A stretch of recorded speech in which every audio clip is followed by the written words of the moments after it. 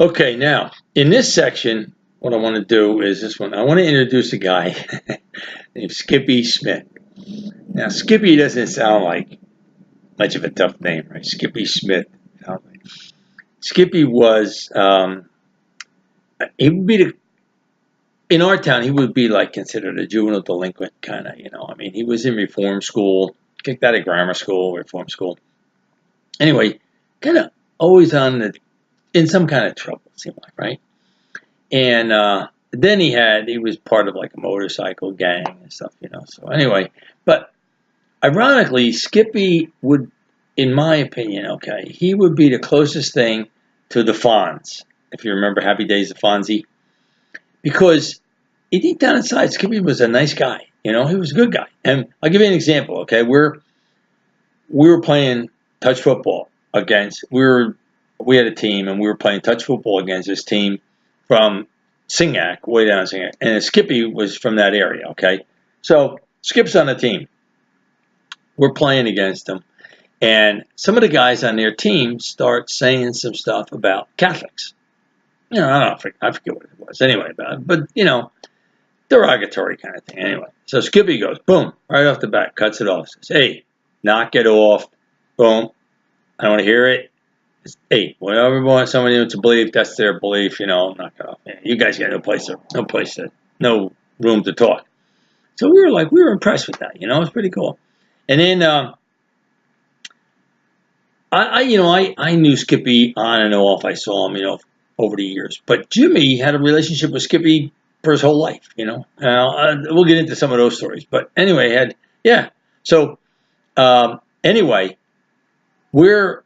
Jimmy and we come home from some party, dance, I don't know what it was anyway, but we're driving home, and it's at night, it's about 11, 12 o'clock. So when we come into town on Route 23, there's a little diner there, okay, right on as you cross the river. So we cross the river, go to the diner, we're going to get breakfast. So we're sitting in there to have breakfast, but there's a lot of people in the diner at this time of night, So we're all sitting there, all of a sudden you hear boom, boom, boom, boom, boom, about 10 motorcycles pull up. And a guy on the counter, he's the owner too, I think. But anyway, he goes, hey, look,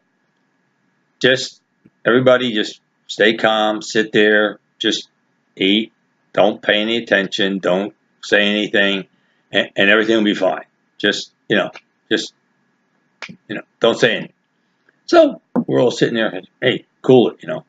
Now in those days, not too many tattoos, but the motorcycle guys, they all had the big leather jackets with all the silver buttons and zippers on them, and then the big chains, and they had the Levi's, of course, and then they had the big boots, the motorcycle kind of boots, Anyway, in come, boom, boom, boom, these guys, and big guys, pretty big guys. Anyway, guess who's with him?